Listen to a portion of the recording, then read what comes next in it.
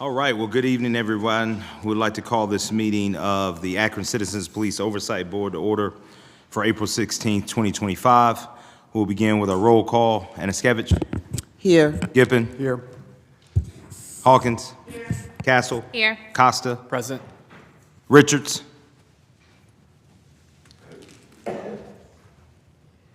Jones. Here.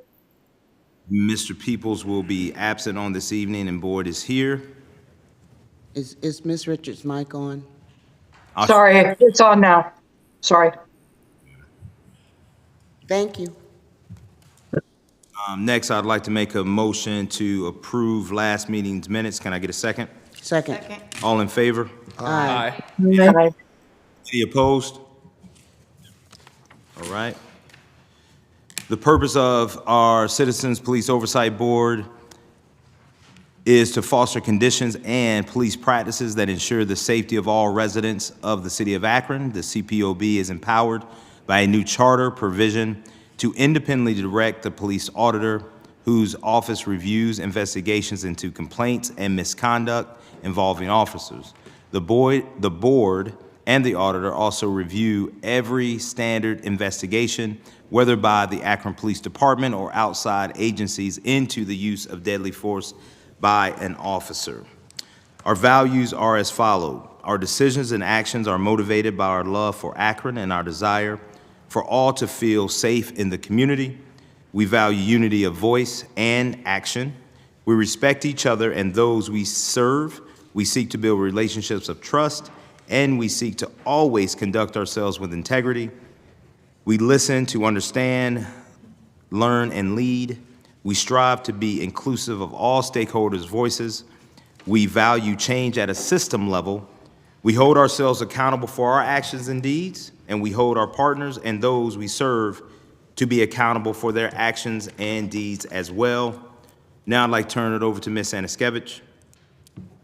Is there anyone in the audience who wants to do public comment? I don't have any forms in front of me, but I just wanted to check to make sure. Okay, there's no public comment tonight. Thank you, Ms. Anaskevich. Now we'll move on to our committee report out. We'll begin with Mr. Fennell, our police auditor, with our auditor's report. Thank you and good afternoon, or good evening. Got a few things to bring to your attention. I'll first start with some responses I received back from the administration on this afternoon on a couple of reports and recommendations that I had submitted some time ago. The first response I received on today's date was in reference to use of force review under 2024-000-68409. And in that incident, there was a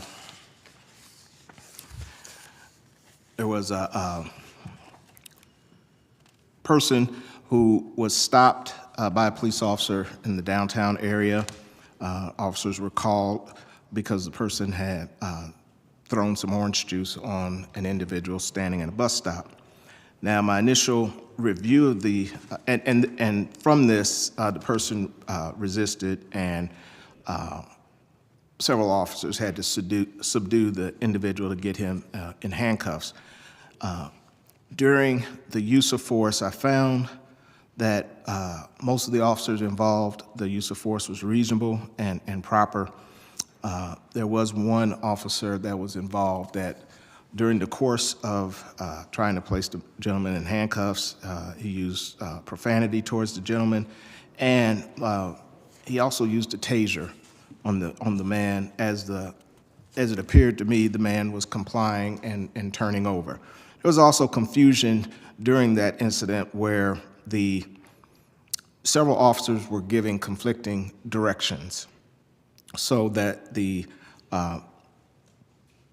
person could have reasonably turned one way or the other when told to turn on their back. And so that resulted in officers continuing to push and pull, trying to get the subject onto his stomach so they could place him in handcuffs. So made some recommendations that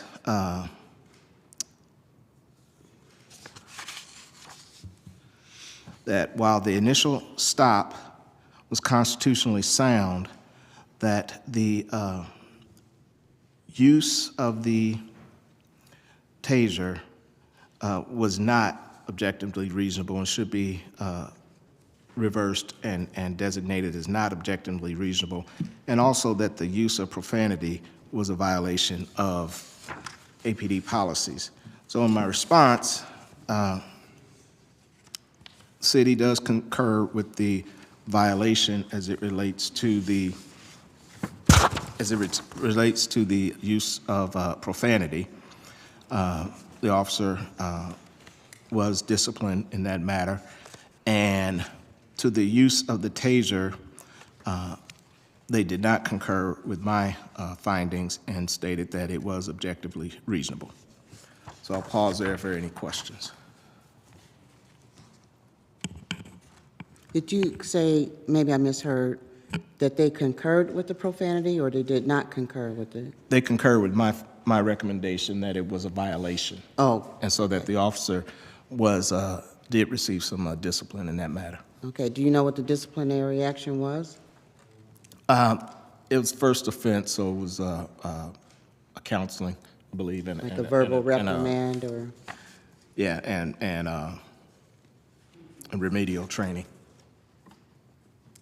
Okay. And the second incident involves 2024-000-75623. And in this incident, police officers attempted to stop a man who was riding his bicycle for a traffic violation. During the stop, the man decided to take off on the bicycle, and while doing so, an officer attempted to discharge his taser to stop the man as he rode away on his bicycle. He was ultimately apprehended without, the taser was not effective, but I found issue with that incident and made recommendation referencing back to the use of the taser of someone on the bicycle. It was reviewed by the administration, and they concurred with the use of force, stated it was a lawful stop, and that the subject fled, and that the officer's initial decision to use the taser was within policy. And they did acknowledge where I referenced that in the policy states that there's special considerations, such as when an officer has reasonable belief that deployment may cause serious injury or death from situational hazards, including falling, drowning, or igniting a potentially explosive or flammable material or substance, except when deadly force would be justified. And the section that I just referenced does mention that an officer has to have reasonable belief that the deployment would cause serious injury.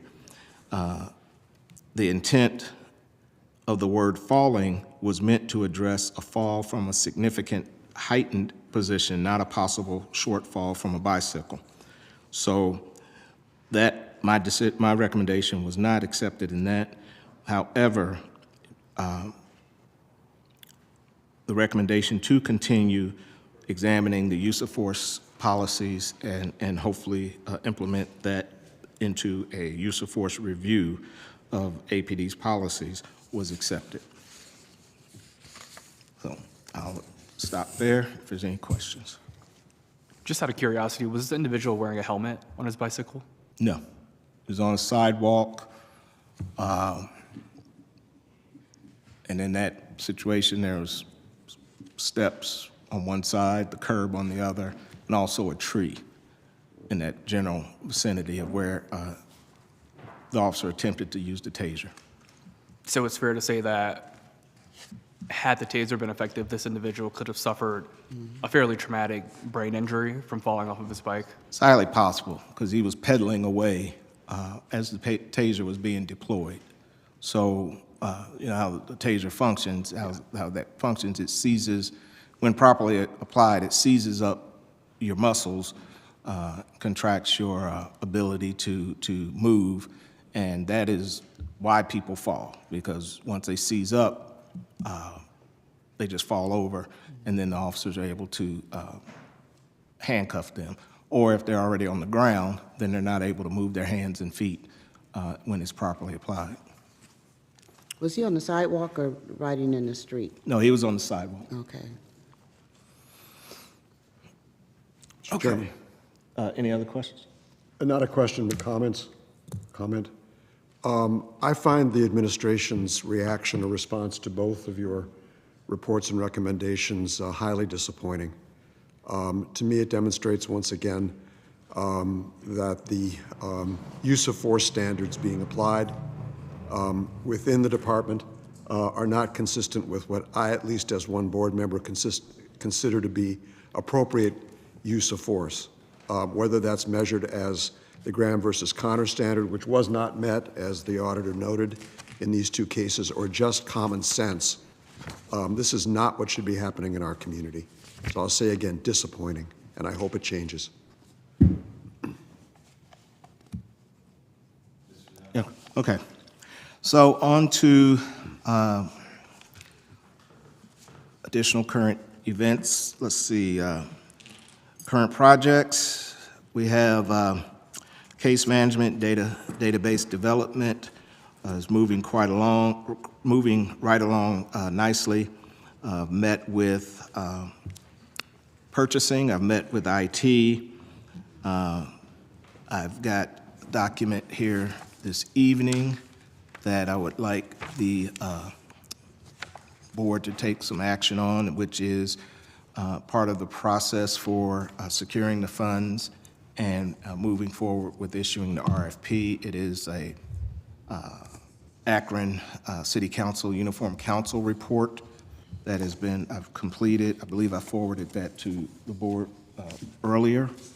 But on the report, it is the process that we must follow to get potential legislation before the council.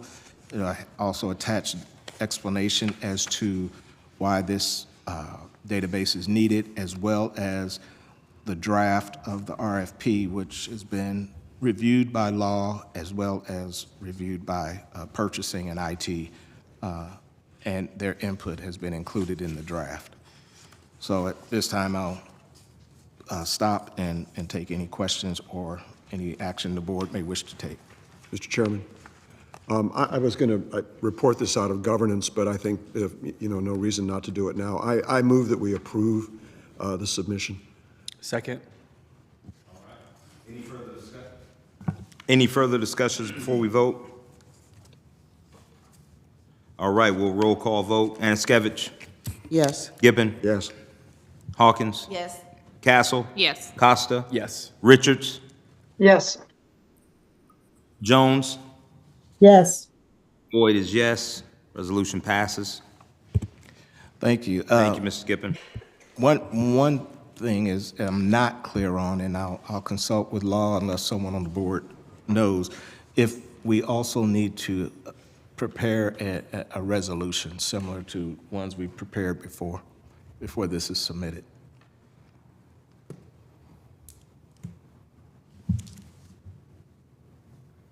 Say that again, Mr. Fennell. Yes. I don't know if, along with this, if I need to prepare a resolution from the board to attach with this. Maybe we can get advice on that. So from the them. substance of the resolution, in essence, would just be a copy of the UCR, and in essence, just memorializing the resolution itself, just memorializing the vote? I think the meeting minutes memorializing the vote along with the UCR are sufficient. Yeah. Thank you, Ms. Matz. So that is a yes? That is a yes? Prepare a formal resolution? Okay. No. No, you don't No. need to. Meeting minutes attached to the UCR. Gotcha. Deb, All right, thank you. Would it have to wait a month then until we approve the minutes? Or can that be expedited somehow?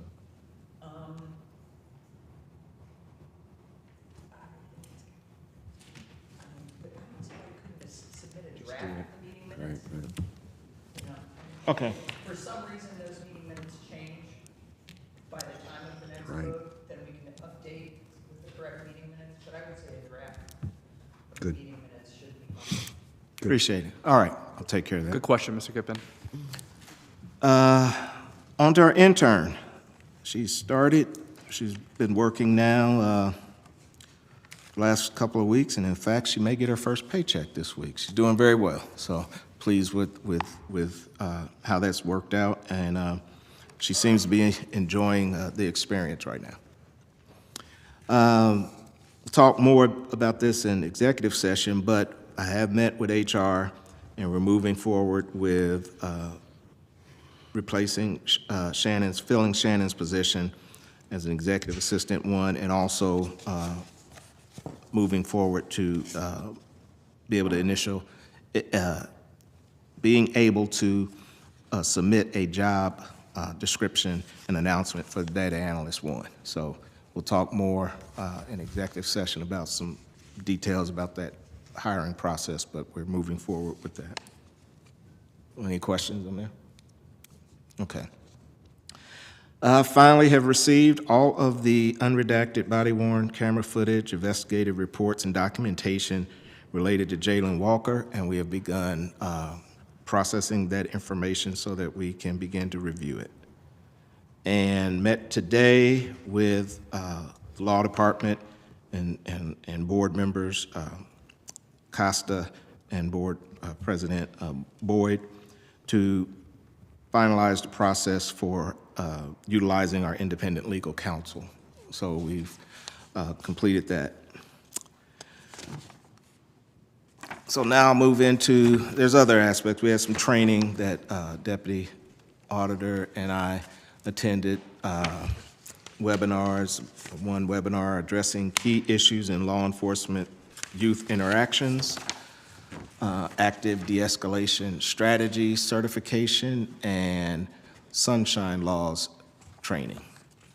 And then we had community activities, and I'll let Deputy Auditor speak to, if she wishes, speak to the community piece that she is still working with.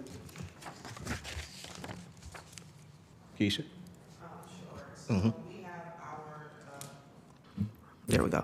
So we have our upcoming cohort, the second cohort of a series of cohorts we are planning. That will be held April 26th at Ed Davis Community Center from 10 a.m. to 2 p.m. So far, we have about approximately 20 individuals. Just as before, we are arranging a mix of clergy, concerned community members, and also thanks to Deputy Chief Mike Miller, quite a few more officers will be participating. This is a facilitator training of the deliberative process, so we are looking to have a few officers trained, so we're excited about that. Okay, thank you. Now on to some use of force reports that we were able to process through this month. First one is case number 2024-000124312. It's the use of force incident that occurred at Firestone CLC. After reviewing this incident and in discussion at our review committee, I concur with the findings by APD on the use of force as objectively reasonable.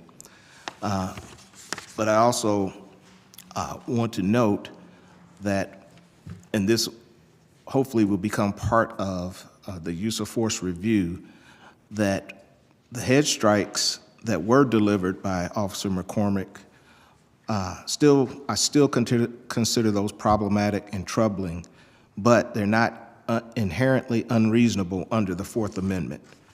But I do have some recommendations, and these recommendations infer action also by APS, although I have no authority to recommend with APS the fact that APD officers work in the schools. I think that these recommendations would should be adopted by both entities. First is, and I believe this has already occurred, it was not in place at the time of the incident, but APD has since amended their policy, I do believe, on the body-worn cameras for SROs, and that the officers utilize them, but my recommendation was to implement mandatory body-worn cameras for the SROs. The second recommendation is restrict head strikes in the use of force policy and include language in the use of force policy regarding head strikes. Strengthen de-escalation and adolescent psychology training for SROs as they're dealing, with a teenage population, which has a different set of needs than the adult population. And this is one that I believe would definitely help build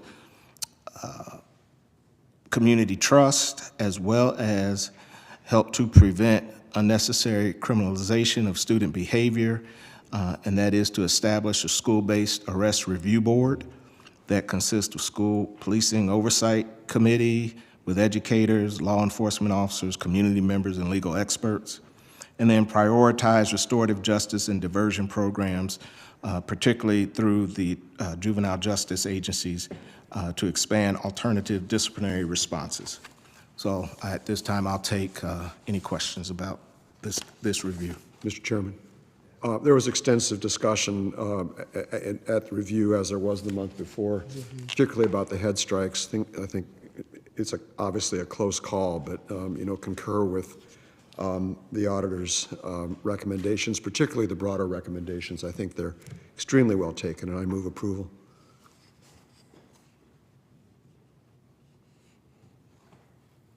Well, second, I'll second that, but I do have a question.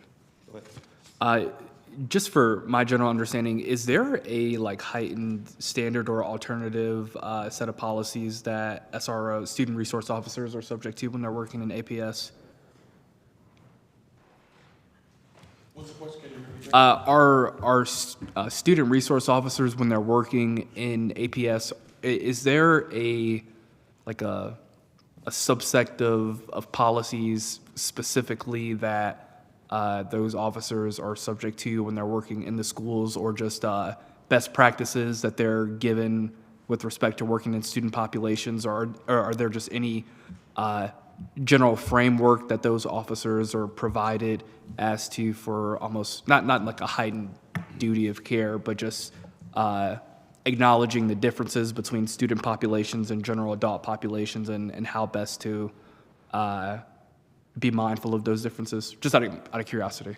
So I believe that APS will probably have an opinion about or weigh in about that response, but in general, their training is specifically targeted to respond to, in a best practice kind of context, students in schools. They do largely operate under our departmental policies with respect to how they handle incidents, especially incidents that involve an arrest. But in general, de-escalation and some of the CIT or the crisis intervention training they do receive is kind of targeted or specific around the younger population. So they do receive school resource-oriented training that furthers their preparedness and the way they respond. Okay. But in general, can't speak to what APS may further offer, but from a police department standpoint, that's what we provide. Okay, so if I'm hearing correctly, the training is conducted, and so with a lens towards things to be aware with dealing with the student population. Correct. Okay, thank you. Yes. So, I'm just curious, Mr. Chair, curious how we got this. So they don't have, I'm wondering how this came to us, given that it was under the confines, if you will, of the Akron Public School System. And I'm wondering how it came to this board, if they have their own practices within the school system, and policies and procedures and that type of thing. How did it come to us?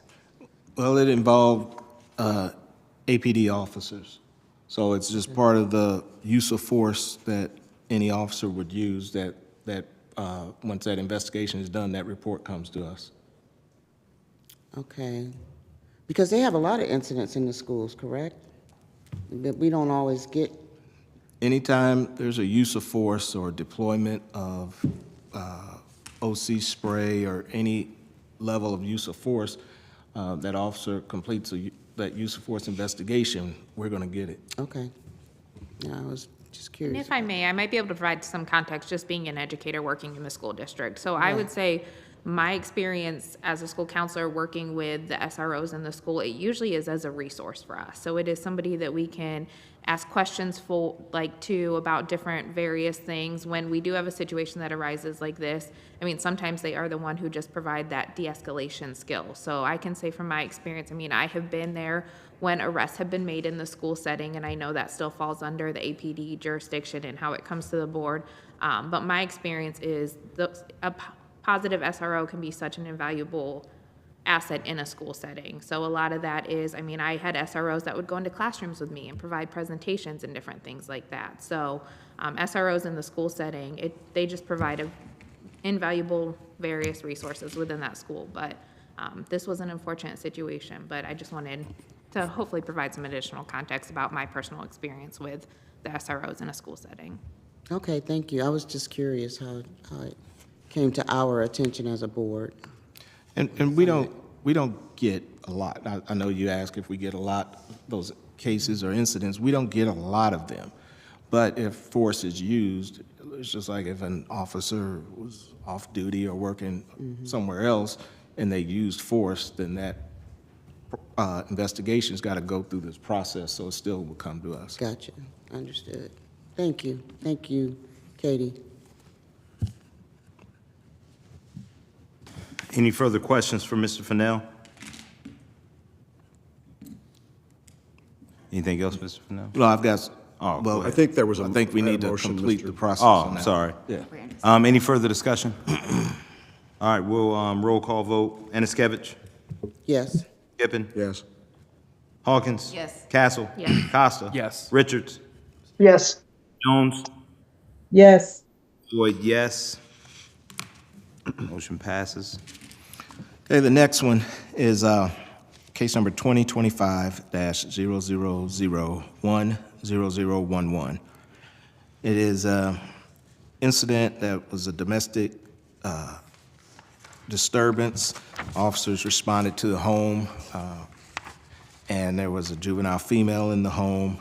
The decision was ultimately made that she was to be arrested based on her actions. When the officers went to arrest her, she began to resist and fight with the officers. As the officers each had a hold of an arm trying to get her in handcuffs, she began to claw and scratch at the wrist of one of the officers. And during the altercation, the officer used profanity towards this young lady, calling her by a profane name. She was ultimately handcuffed and transported. And the supervisor that reviewed the incident deemed the use of force objectively reasonable. I concur with that finding. However, the supervisor failed to document or acknowledge the use of profanity, and that's violation of APD policy.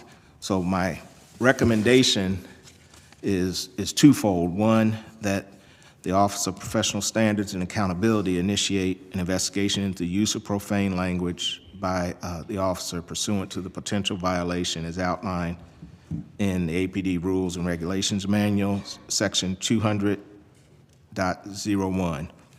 And the second is that the Office of Professional Standards and Accountability initiate an investigation into the failure to document the use of profane language by the sergeant failing to document the officer's violation. So any questions? Chairman, How old was she? just to put it on the table, Dunzo, let me make the motion. I had a question for Mr. Fennell first. I just wanted to know how old was she? How old is she, the juvenile? I did not note that in my report, but I believe she was less than 16. She was probably between 14 and 16 years of age. Okay, thank you. Mr. Chairman, review concurred, and I move approval. Second. Any further discussions? Real quick, Ms. Fennell, if I could ask a question, and maybe I'm missing something, I'm sure I am. The colors, what do the colors mean over here? Am I missing something? Oh. I forget something? Yes, that, I changed it, you'll see I changed the report a little bit based on some feedback I got from board members that wanted additional information, so. I think that was me. I just want to know what the colors, Yeah, the colors, yellow and the red. the red are complaints or reports that are outstanding beyond the 45 days. Gotcha. The yellow are reports that are coming due, all right? Yellows is the reports. Coming due. They are not overdue. No, I appreciate it. So I want to just, I know we got to get to this vote. My other question is, so when I look at to date, as of April 11th, we had a total of 95 that you reviewed? Was that from last meeting to now? No, from the first of the year. From the first of the year, we had 95. That you've looked at as 95? Correct. Okay. So it says did not concur, I see 2, but I feel like there's 3 when I look at this. Right here? I count 3. Am I missing? Okay, when you count 3, that is the 3 that you count. 1 is, we just got the report on that today. Okay, gotcha. Yeah. Understand. So, and that was from last year. So the 2 are from this year, 1 from January and then 1 from March. Gotcha. Okay, the 122 and the 324. Those are the 2 you're talking about. Correct. The one from last year is on last year's books. Correct. Thank you for the clarity, for now.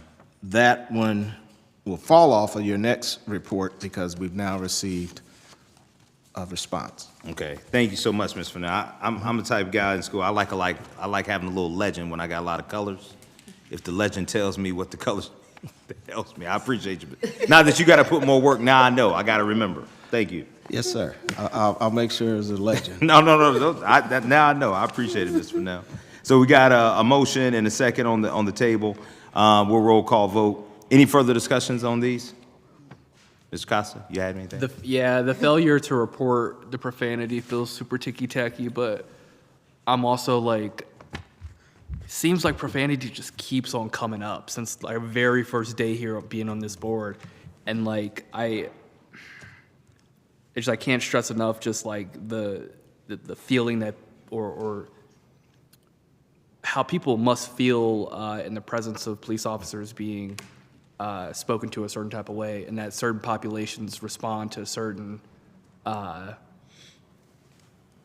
language in different ways. And so, yeah, that's all. Well, I can kind of shed more light on that. A couple things. One,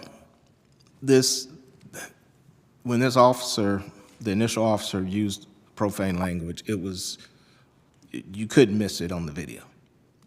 But it was not documented. It is not that the supervisor needed to discipline or do anything. Had the supervisor simply documented, said, I spoke to Officer Smith about that, then I would have noted it. But the supervisor didn't even acknowledge that there was an issue, so that is an issue. You know, that you just mentioned how since you've been on the board, that seems to be an ongoing issue of how officers talk to people. Well, if a supervisor is not bringing it to their attention, not holding them to account, then it becomes commonplace. Yeah. And I want to, go ahead, Ms. Sanders-Kevich. Just to expand on what Mr. Costa said, I guess my fear, language is a very powerful tool, and the use of profanity on a child under 16 years old, to me, is just, it's irresponsible and it's unnecessary for someone who's an adult, who is a law enforcement officer, who should be above that. Part of the reason, I know when we were growing up, we were taught to respect the police, and saw them almost like another parent if we ran into them out on the street. They're professionals, and they need to apply that professionalism as much as they possibly can to how they speak to people, because language can cause people to fight. Bad language can create an escalating situation where it escalates into something more dangerous, where maybe it would not have had you not started using bad language towards them. And you're a police officer, you're a law enforcement officer, you should be above that. And that should always be on their minds, that this is a child. Most people who are disciplining their children probably don't talk to their children that way when they're having to discipline them. So this police officer out on the street who's a stranger to the child, show some respect that it's a child you're talking to. If you want the child to respect you, you have to show some respect too. And I just think that that's unnecessary, and it's irresponsible, and it's unprofessional. Professionalism applies to language just like it applies to behavior. Thank you, Ms. Aniskevich. I want to go back to the point Mr. Gippens said, I think, at the very beginning, with some of the feedback from our mayor as far as some of the recommendations or how he saw it. I tend to agree, and also I do want to note that when we talk about police officers, is there a way, because I don't want to paint a broad brush that all police officers use profanity. So I think we need to start to look at, are we seeing this be done by the same police officer? So has this become a pattern based on some of the police officers? But I am happy about the fact that our mayor, but also the police chief, they both acknowledged and concurred that the language of profanity was a violation of the rules outlined in Chapter 200, Section 200.01. So my question becomes, and this is probably for you, Deputy Chief Miller, when we look at some of the coaching and the counseling, what does that entail for the officers that violate the policy when it comes to profanity? What does some of that coaching look like? Is it just, is it a slap on the wrist, or is it like, just what does it look like? So it can look like a variety of different things depending on the context. By virtue of that acknowledgement there, to your previous point, there is increasing conversation around that type of thing in terms of that happening. And we weigh it against, and I imagine the supervisor. I'm sorry, could you use the microphone, please? I'm sorry. I've been told I don't have a inside voice, so I took that for granted. I do apologize. Thank you. I would say that to the point of the acknowledgement in the document that you just referenced, that the chief is, sensitive to that, and or the previous mention of the mayor, and there's conversation around that. When a supervisor in patrol or whatever the assignment would be would have a conversation, coaching, counseling is the first initial step in the disciplinary process, and I would imagine that would be a conversation with the supervisor to the officer around, in this case, this young lady being 16 or under 16, is there a better way, right? And is there anything that you would do different if that happened, right? And so there's a point of recognition and awareness. Most officers, I think, would embrace that, and that really begins the first initial steps to do better. But we do have a collective bargaining agreement, and coaching counseling is that first step to have that type of conversation with an officer.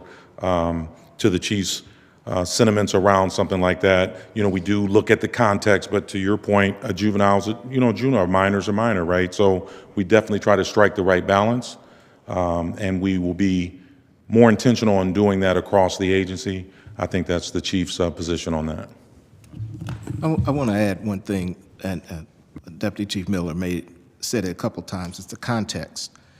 I look at lots of video and listen to lots of officers say different things, And I don't flag or really take notice of profanity.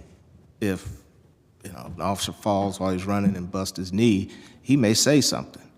But when it is directed and you are calling someone and using profanity towards and at someone, that I believe is more the violation.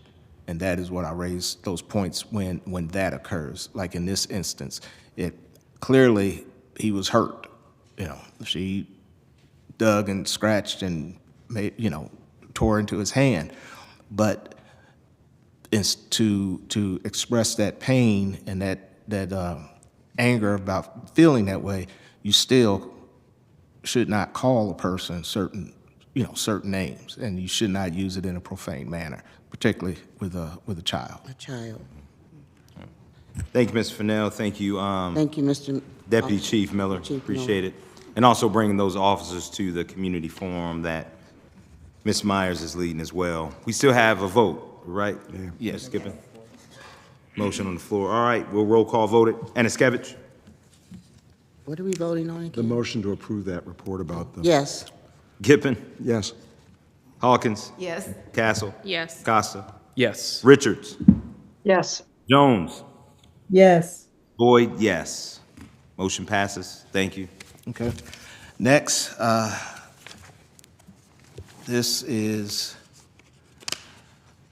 I want to say, I might be wrong, but I believe this is the first review that our deputy auditor completed, all on her own. So, The one we just, with the team. oh, that one, okay. that was- She's stepped up. And Congratulations. she's moving right Well, along. no, that was the second one. This one, is this 77110? Haven't got to that one yet. Oh, okay. That was my very first one, though. All right. Well, congratulations. Well, she's got a keen eye. So this one is 2025-00014926. This one involves an officer that sees a juvenile walking down the street. He believes that the juvenile is concealing a handgun around his waistband or under his jacket. The juvenile, as the officer initiates the stop, the juvenile takes off running, which leads to a very extended foot pursuit. Ultimately, the officer catches the young man, and during the process, he had deployed a taser. Well, no handgun was found, but there was no issue with the use of force, concurred with the use of force, but there was recommendation that revolves around specific training for officers to, as they deal, again, and this is dealing with juveniles, as they deal with juveniles, particularly in high-stress situations, with a training geared towards basically how the juvenile brain functions. So that training would have to be developed, but the recommendation was to provide or implement that training for officers specific to dealing with juveniles. Mr. Chairman, Yes. review concurred. I move approval. I second it. I had a question first. Go ahead. Are we doing votes before questions, or? Well, we're making the motion before the Okay, discussion. okay, Yeah. all right. Go ahead. You got a question? Yes. What made the police officer think that the kid had a gun, given that a gun was not found? In his report, he stated it appeared that the young man was trying to conceal something in a bag and under his jacket. What made him come to that conclusion, I guess, is my question. Because he was walking down the street with a bag? That's just I what the mean- report says. That sounds like, I'm sorry, it sounds like harassment to me, and profiling, frankly. And I don't know what race the kid was, and you don't even have to say, but the fact that he was just a juvenile, profiling this juvenile walking down the street, and then a chase ensues. I mean, again, it's another situation of escalating something when you're not even sure of what you're even chasing the kid about. It doesn't make sense to me, especially since no gun was found. So when he found the kid, when they finally stopped, what happened after that? After finding there was no gun, then what? Oops, I'm sorry. Well, the young man was arrested for obstructing official business. What business? Walking down the street? See, this is the kind of stuff that creates problems. I'm sorry. He should have just let him go. He was wrong. He didn't have a gun. He thought he had a gun. He didn't have a gun. He should have just apologized to the kid and let him go on his merry way.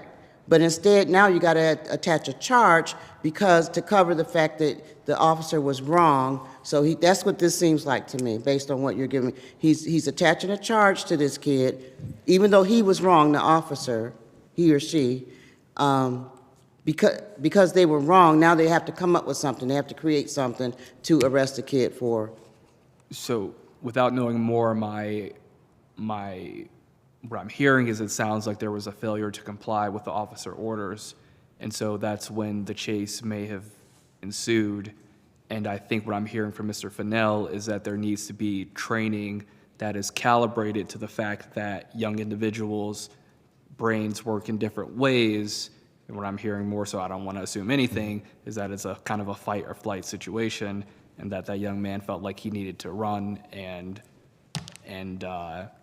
that training needs to be sensitive to these things. I wasn't involved with the review, and I don't want to make any assumptions either way, but. That's a good assessment of it, though, yes. And again, Ms. Myers is here, so she could speak directly to it, but I concurred with her findings and her logic in this review.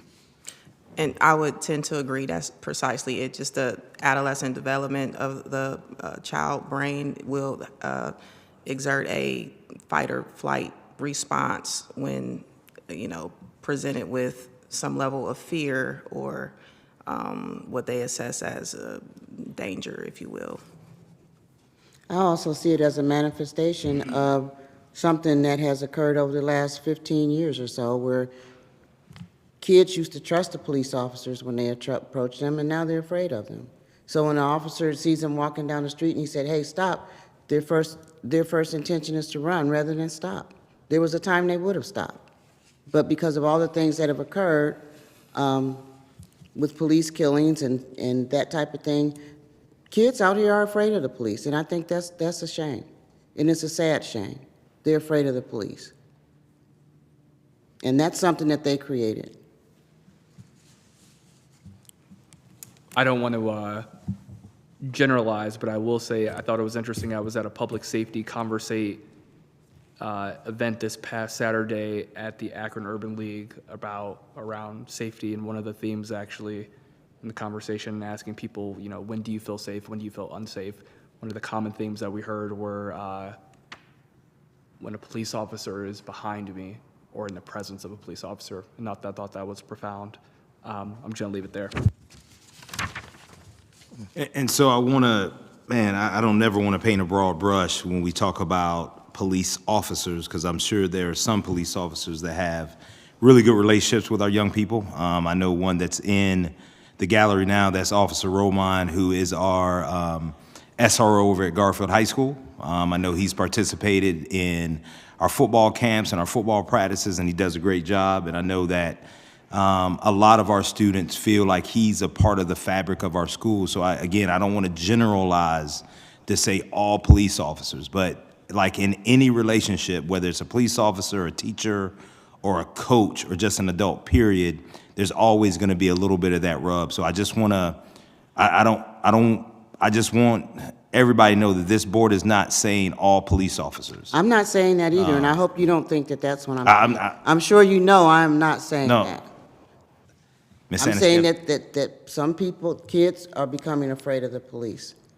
That's it. Yep. That's the beginning and the end of the sentence. Awesome. So we have a motion on the floor, seconded. Anybody else have any further comments? We'll roll call vote. Anaskevich? Yes. Gippin? Yes. Hawkins? Yes. Castle? Yes. Costa? Yes. Richards? Yes. Jones?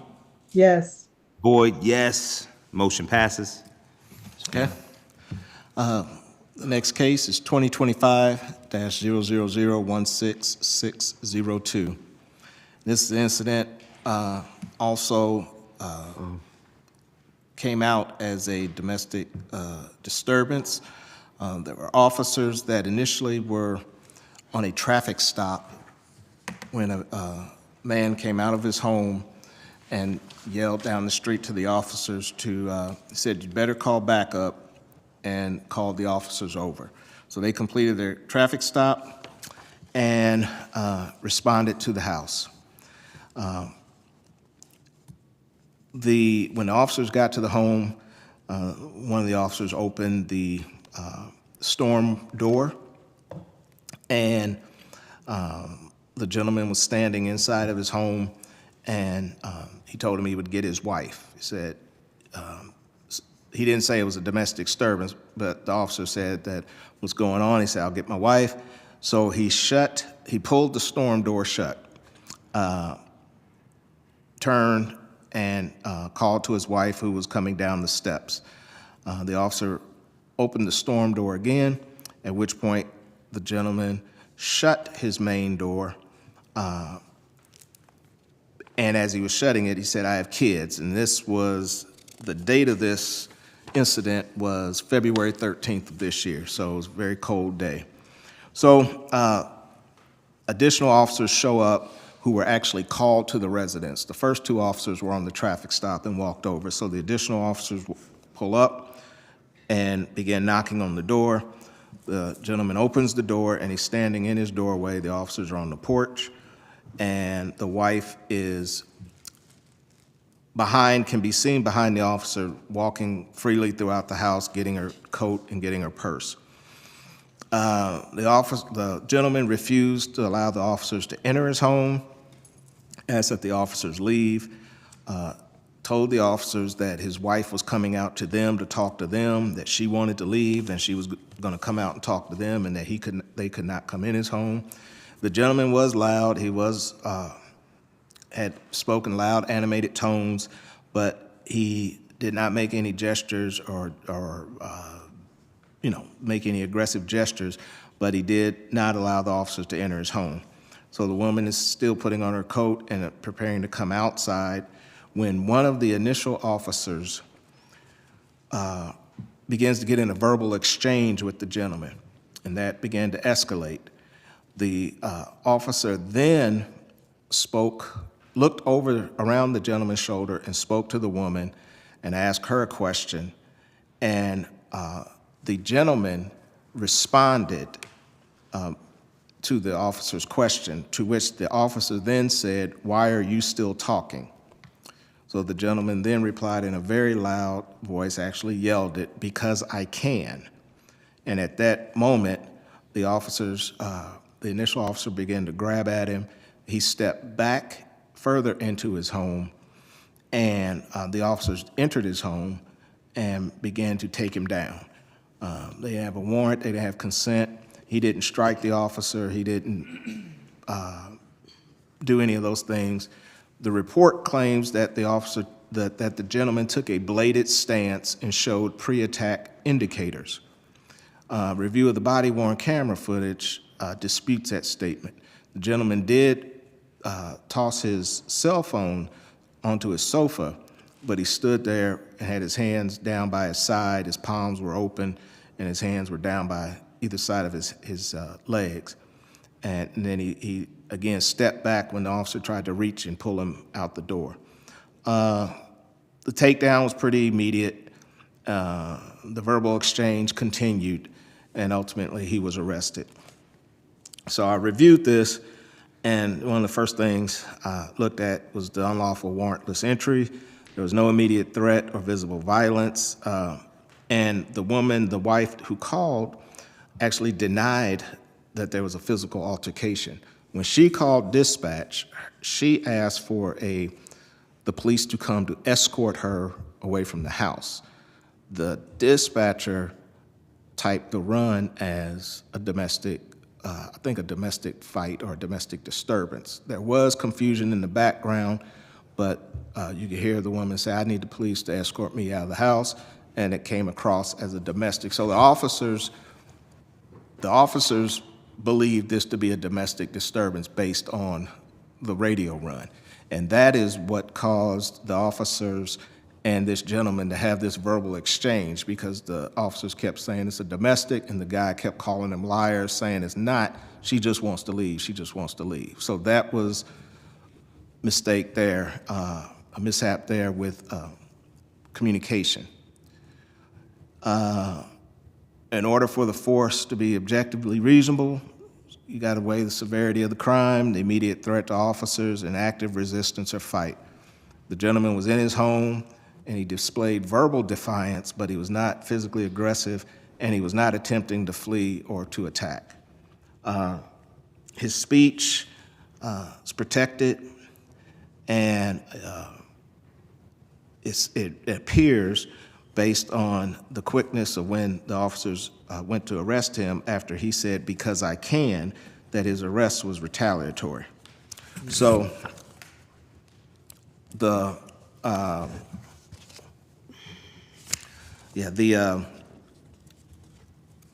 investigation by APD said that the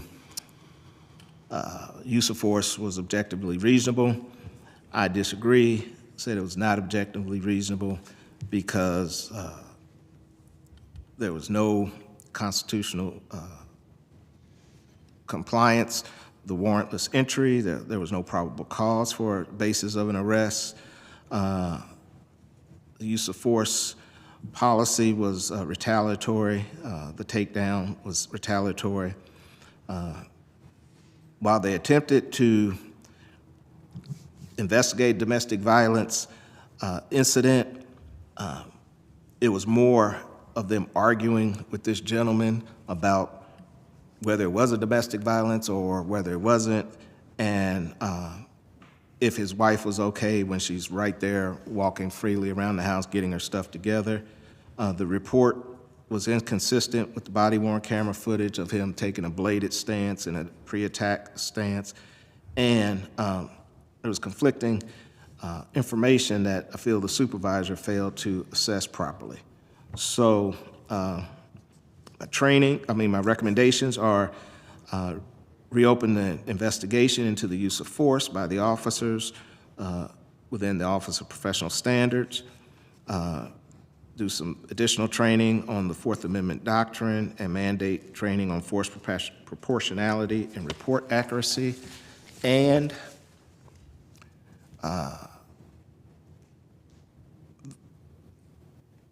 require supervisors to integrate body-worn camera review into their reports. This supervisor didn't appear to do that, and prepare community-facing summary reaffirming commitment to lawful policing to enhance transparency and public trust, and also evaluate the disciplinary measures for policy violations and misreporting. That is the recommendations for that incident. Any questions? Mr. Chairman. Review again concurred.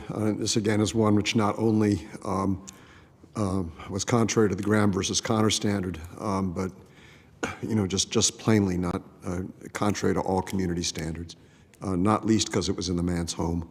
So I move approval. Second. Thank you, Mr. Gippen. Thank you, Ms. Castle. So what was the, Mr. Fennell, what was the stance? What was the stance called? It was described as a bladed stance. Pretty much, some people say like a fighting stance, where you'll drop one foot back, kind of cant your body a little, and prepare to either engage in a fight or defend yourself. Okay. And it's bladed because instead of standing this way, you Wow, kind of yeah. cant your body this way. Was he arrested? Yes, he was arrested. What was he arrested for? He was Bladed stance. I never heard that. arrested for resisting arrest and obstructing official business. And that was one of the things where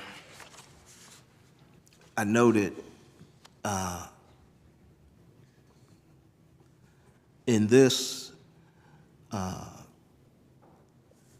it says requires a purposeful act that impedes a lawful duty, and his refusal to allow warrantless entry was constitutionally protected. And then the resisting requires resistance of a lawful arrest. Well, it sounds like the first problem started with the dispatcher not giving out the proper information as to what was really going on. I was a dispatcher for years, and what they should have let the officers know what the call was truly about, that a lady just wanted to be escorted from her home. And had that information been relayed to the police officers, perhaps this whole thing would have come out a lot differently. Correct.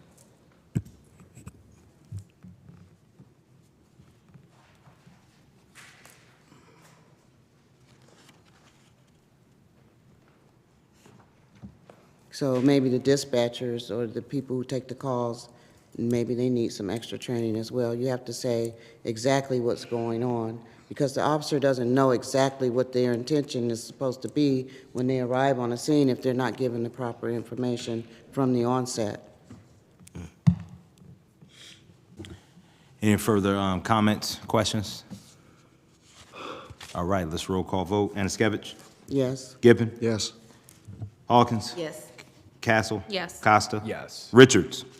Yes. Jones? Yes. Boyd, yes. Motion passes. All right, you have two more.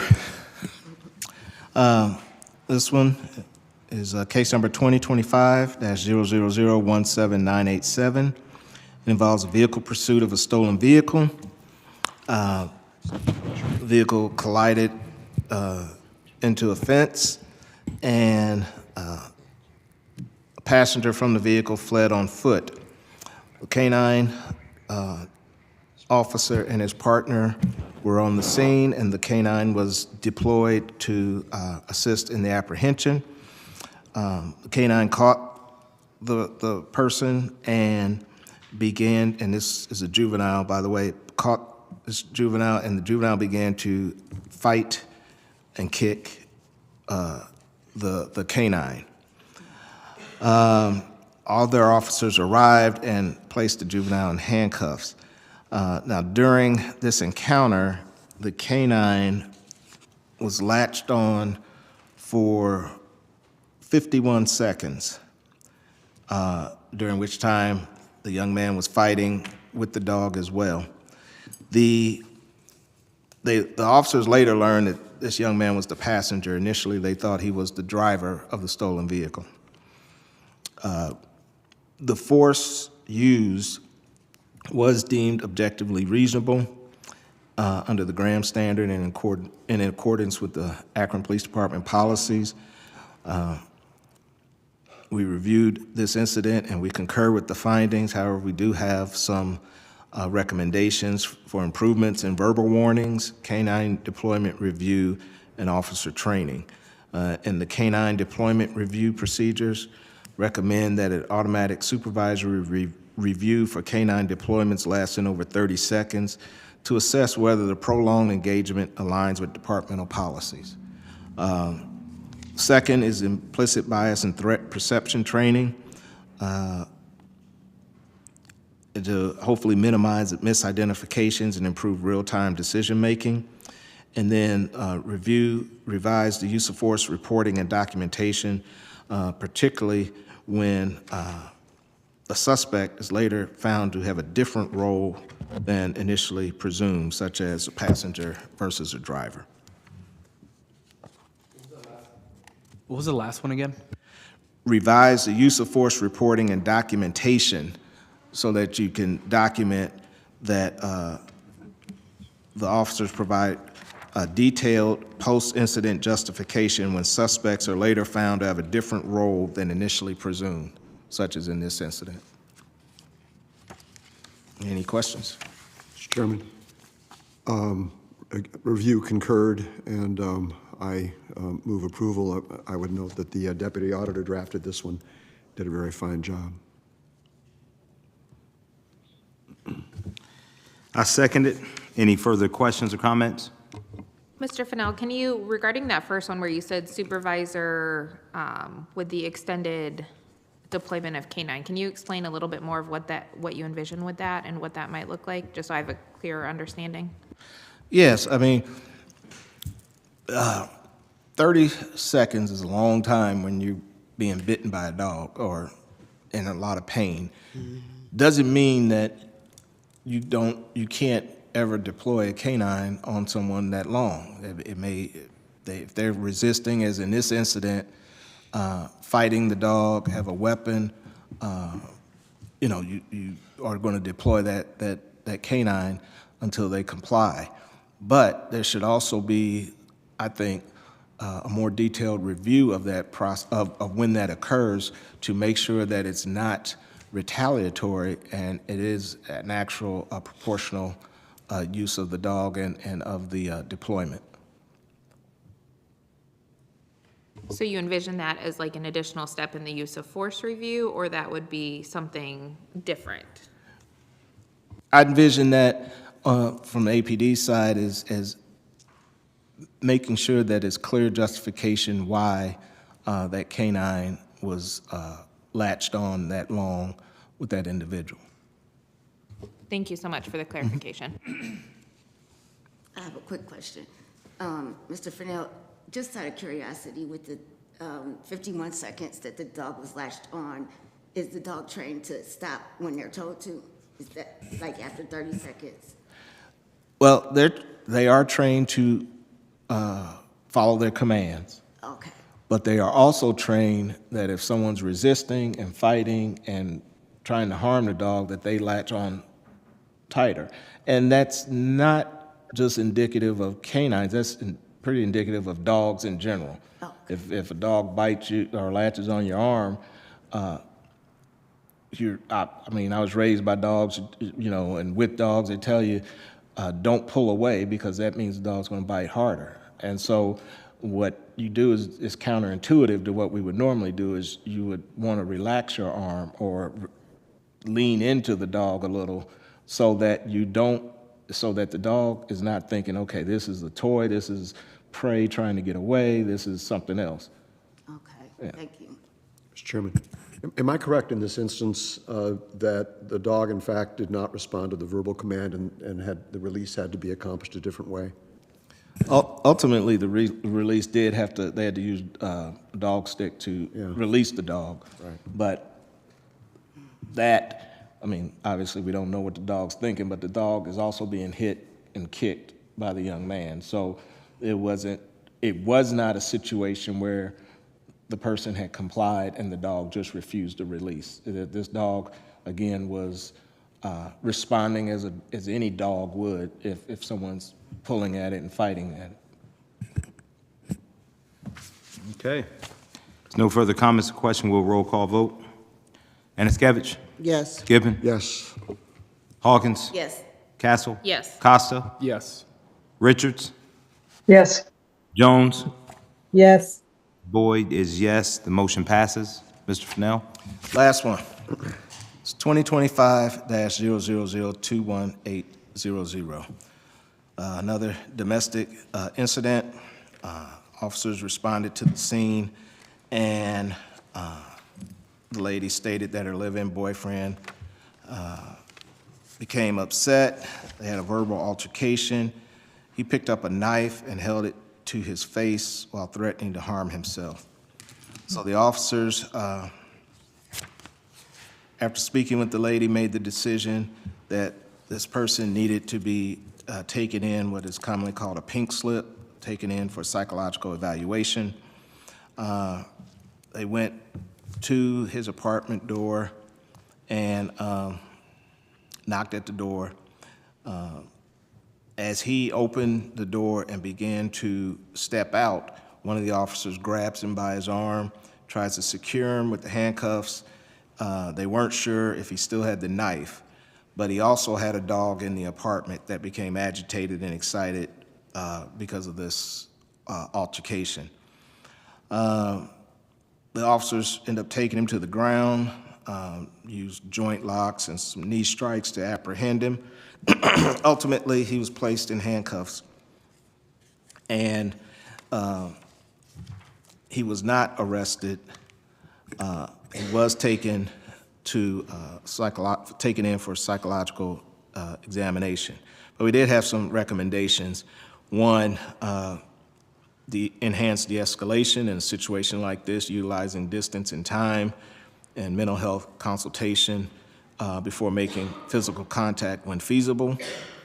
Also, integrating crisis behavioral health teams or CIT trained officers, and then consider developing a protocol for animal control in emotionally volatile situations to minimize the risk and confusion that's involved when a situation like this arises involving like a dog or an animal. So I'll take any questions. Was the CERT team not asked to go along on this call, since it did come in as a person who had suicidal ideation? There was no indication a CIT team was dispatched to assist. And when officers got on the scene, they did not request one. Mr. Deputy Chief Miller, are there CIT people on staff 24 hours a day? What time did this happen?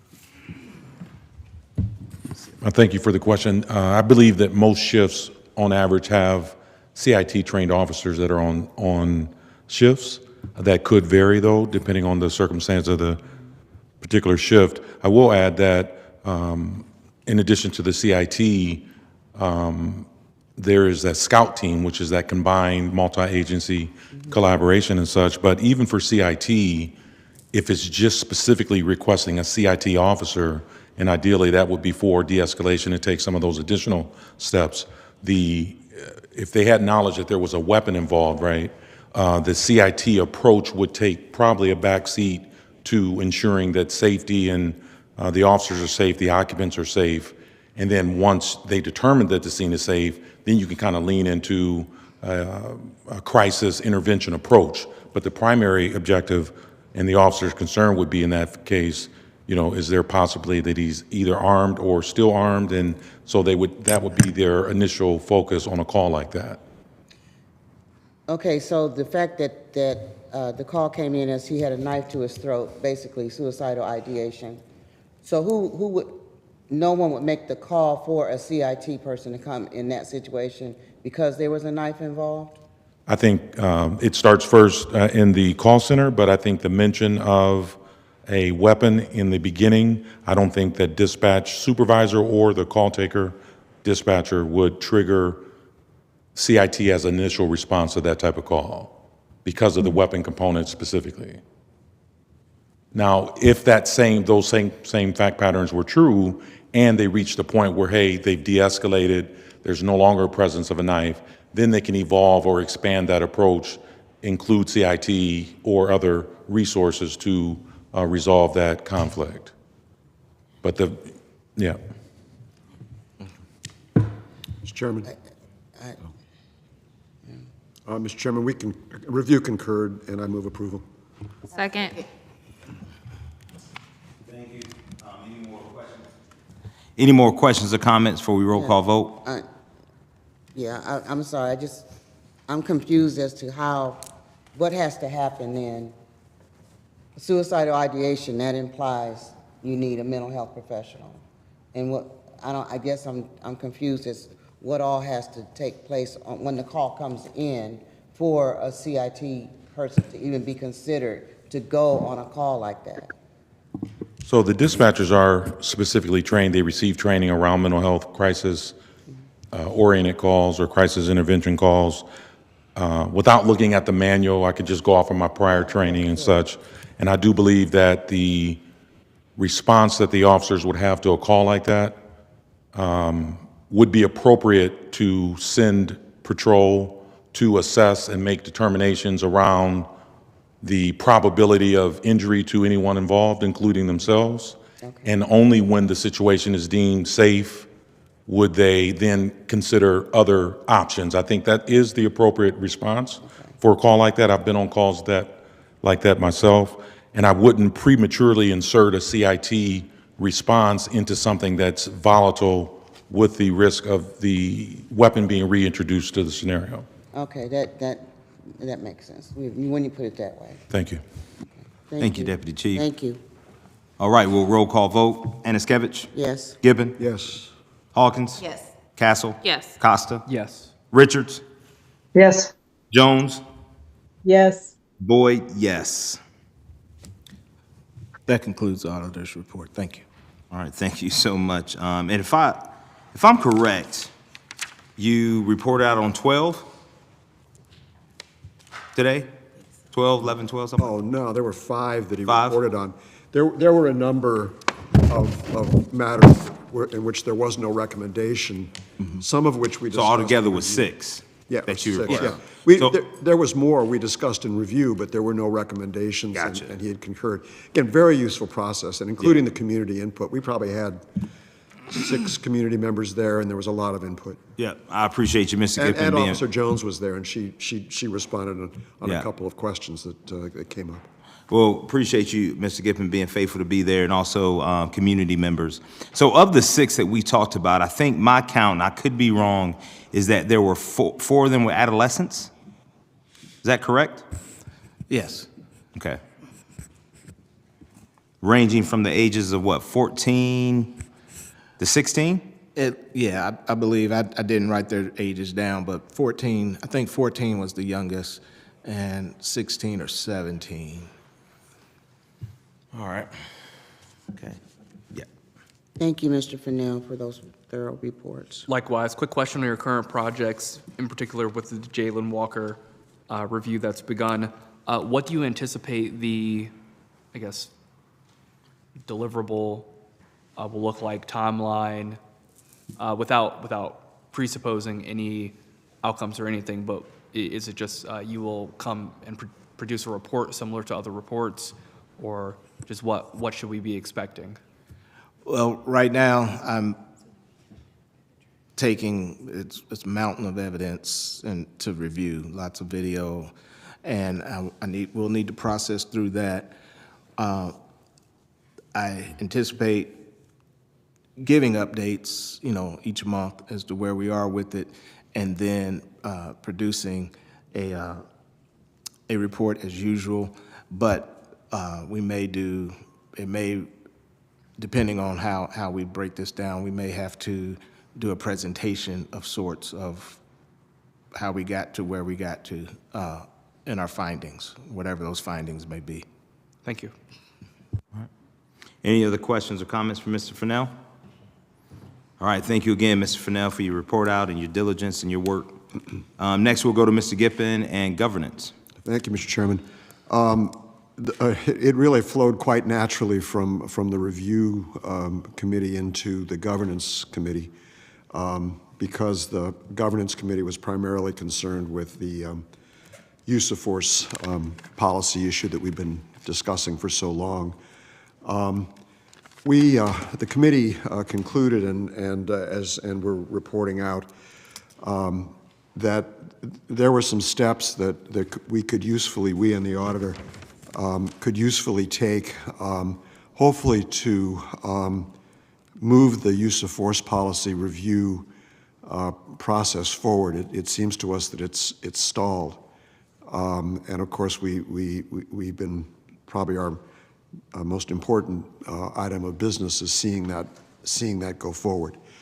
So the pieces of that are that we agreed that I would formally tonight present, and unfortunately we don't have hard copies. There was just a mix-up about that. But I had mentioned in governance some months ago that there are three, in particular three, called the model use of force policies. One from the Department of Justice, one that's a national consensus policy, one that was done by some folks at Stanford, and presented those. And I wanted to bring them to this meeting, and certainly would be happy to make those documents available, to board members or others who want them. The point being is that there is already a good bit of thinking and consensus as reflected in the national consensus as to what in general a use of force policy ought to look like, recognizing always that every community is unique, and that hopefully seeing these, maybe will give some impetus to, getting this process going further. And I think it may be helpful for me just to read the first paragraph in the policy of the national consensus. This is the National Consensus Policy and Discussion Paper on Use of Force, revised July 2020. And the first paragraph of in the summary, the policy portion, it is the policy of this law enforcement agency to value and preserve human life. Officers shall use only the force that is objectively reasonable to effectively bring an incident under control while protecting the safety of the officer and others. And then it goes on, though. Officers shall use force only when no reasonably effective alternative appears to exist, and shall only use the level of force which a reasonably prudent officer would use under the same or similar circumstances. In other words, that departs from Graham versus Connor, and just it speaks for itself, but is urging more restraint in the use of force than is permitted under the Graham versus Connor standard. So I wanted to present those, in this meeting, so that there might be some greater public awareness that those are out there. Then the second part, I'll turn to Mr. Fennell and what he has to present. Yes. Out of the governance committee meeting, I was asked to put together a scope of work draft for a review of use of force policies, which I provided to each of you to look at. And again, not sure what the administration's plan is or what the council's plan is to move forward, but this scope would be the first part of an RFP process to bring in someone to actually conduct, or an organization to actually conduct that use of force review for the Akron Police Department's use of force policy, as well as work with the community. So I don't know if you've had time to take a look at it or review it, but take any questions that anybody might have. I appreciate, honestly, when I read through it, the format of it. I think it's helpful for how we can help to move this forward. And I'm assuming we shared this? I have not shared this with anyone within the administration. I brought it to the board. Okay. No, I appreciate the effort and the work, Mr. Fennell, by you, and also Mr. Gippen. I saw the things going back and forth, but yeah, it reads well to me. Mr. Chairman, we didn't really talk about doing this, but I think it's appropriate, and I'll move that the scope of work be submitted to the administration and council. Second. All right. Any other discussions about this? If we reviewed it, just thought this was really well done. So I appreciate, again, your leadership, Mr. Fennell, and also you, Mr. Gippen, for the work that's been done on this. I think this is really well put together. Agreed. Is there a way we can share it with the public as well? We very much mean to. Yes. Okay. And in what way will that take place? Anyone who would like a Process? copy of any of this, request it, and I think we should post it. On the website? Sure. That is to say, the 3 model policies and the draft scope of work. Yeah. No, we're eager for people to see this. Do we have to vote on that? Yeah. Yeah. Don't we All have right, to so vote? we'll roll call vote here.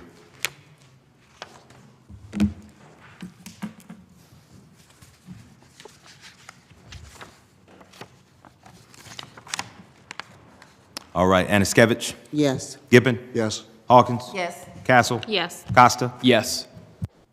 Richards, Yes. Jones, Yes. Boyd, yes. Motion passes. That's our report, Mr. Chairman. Thank you so much, Mr. Gippen, and for the Governance Committee. Would that include this going on the website too? as Yes. well? Okay. Yep, yep. All right. Next would be Ms. Myers, if you had anything else for community engagement. I know you spoke to it a little bit earlier, but anything else to Sure. add? Well, I didn't. I'm not sure if Ms. Jones or Ms. Hawkins wants to add anything.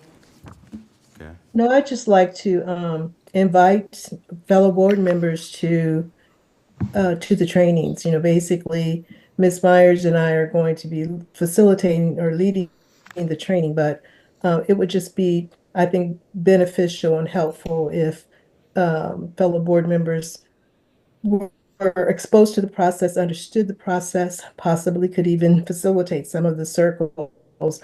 Our hope, and we've talked a lot about the lack of trust that our young people and a lot of our community has in our law enforcement officers. And so our hope is that as we come together with this structured process to have dialogue, to to build relationships of trust, that we can reduce the incidences that occur when clearly there's fear and lack of trust in complying or in dealing with situations where there's been a stop by law enforcement. Thank you, Ms. Jones. Ms. So, Hawkins? I yeah. don't have anything. So I Thank just you. wanted to say, so again, the next training is 10 to 2, April 26th. Thank you, Ms. Jones. Ms. Hawkins, did you have anything to add? No, I don't think. Okay. Thank you very much. Where's that training taking place, Ms. Jones? East Ed Davis Center. Okay. Yeah. I almost said East Akron Community House. I'm sorry. Okay. All right. Thank you. We don't have anything from finance, and I'm assuming that, Ms. Richards, we're gonna move into possibly executive session for HR? Correct. All right. Before we do that, I know this is not on our agenda, but if you all don't mind, I would like to give an update just regarding kind of the interview process that's going to be coming up for our 3 board seats, if that's okay. I know it's not on the agenda, but is that all right with everybody? Yes. Sure. All right. So through conversation with the mayor's office, but also with city council, what the mayor has invited us into is to be a part of his interview process as far as the 3 seats that will be open, because the mayor does have 1 pick and city council has 2. So I will go and represent our board in that regard to be a part of those interviews. So if there's any questions that you all may have, please submit them to me and I'll be glad to represent us and to ask those questions. But I just want to give back and give everybody an update and appreciate your support and input along this ride.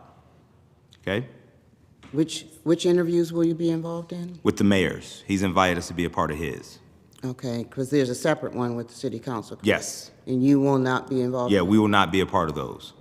Okay. Right?